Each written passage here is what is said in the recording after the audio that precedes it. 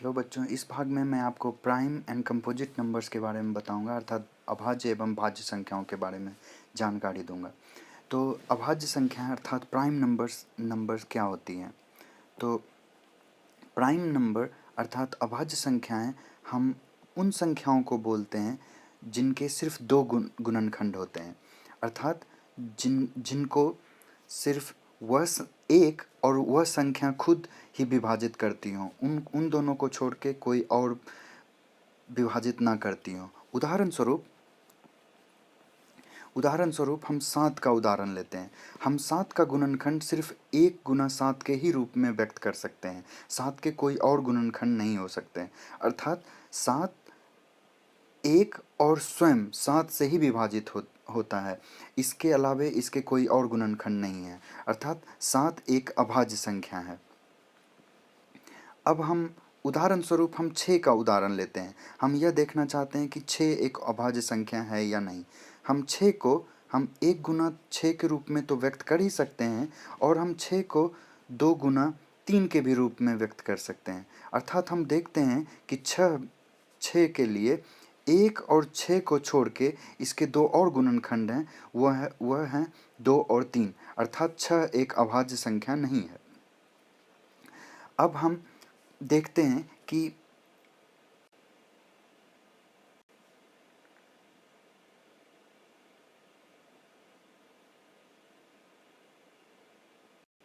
अब हम देखना चाहते हैं कि 1 और 50 के बीच में कितनी सारी अभाज्य संख्याएं हैं। तो हमारी सबसे छोटी अभाज्य संख्या जो है वह मुझे 2 के रूप में प्राप्त होती है, क्योंकि 2 का गुणनखंड 1 गुना 1 और 2 है। फिर 3 एक अभाज्य संख्या है। 4 एक अभाज्य संख्या नहीं है, क्योंकि 4 को हम 2 गुना 2 के रूप में व्यक्त कर सकते हैं।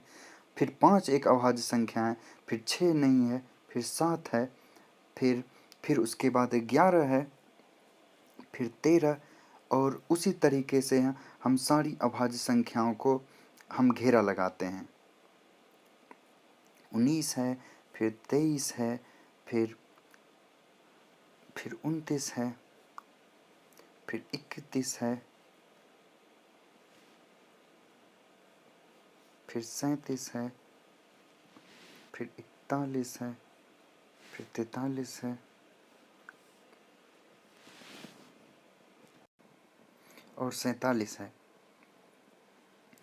तो इस तरह से हमने 1 और 50 के बीच में सारी अभाज्य संख्याओं को पता कर लिया है। आप ठीक उसी तरीके से आप 1 और 100 के बीच में सारी अभाज्य संख्याओं को खोज सकते हैं। अब हम इस भाग में कंपोजिट नंबर अर्थात भाज्य संख्याओं के बारे में जानकारी हासिल करते हैं।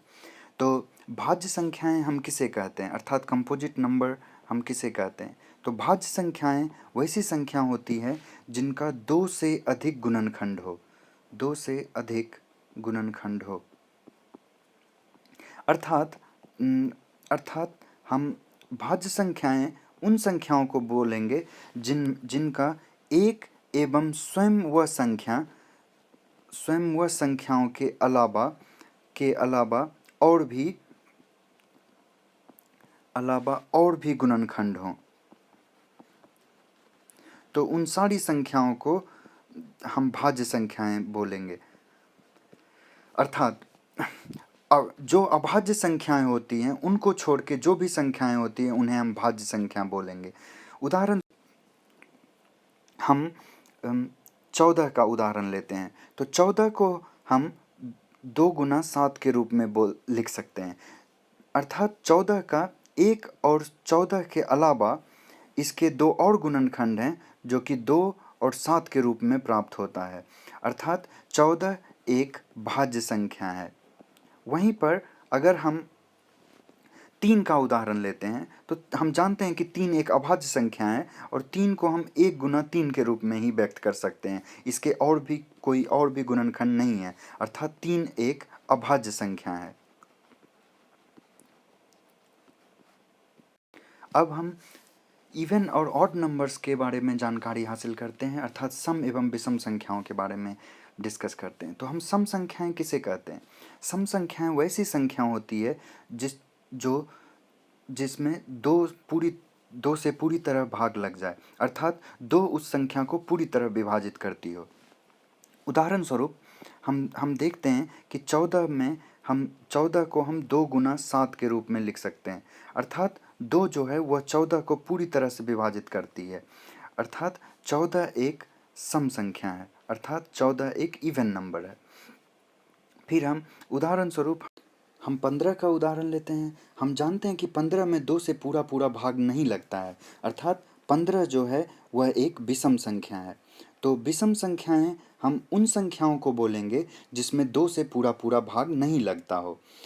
अर्थात हमने इस भाग में भाज्य एवं अभाज्य संख्याओं के बारे में जानकारी हासिल की, फिर हमने सम एवं विषम संख्याओं के बारे में जानकारी हासिल की। धन्यवाद।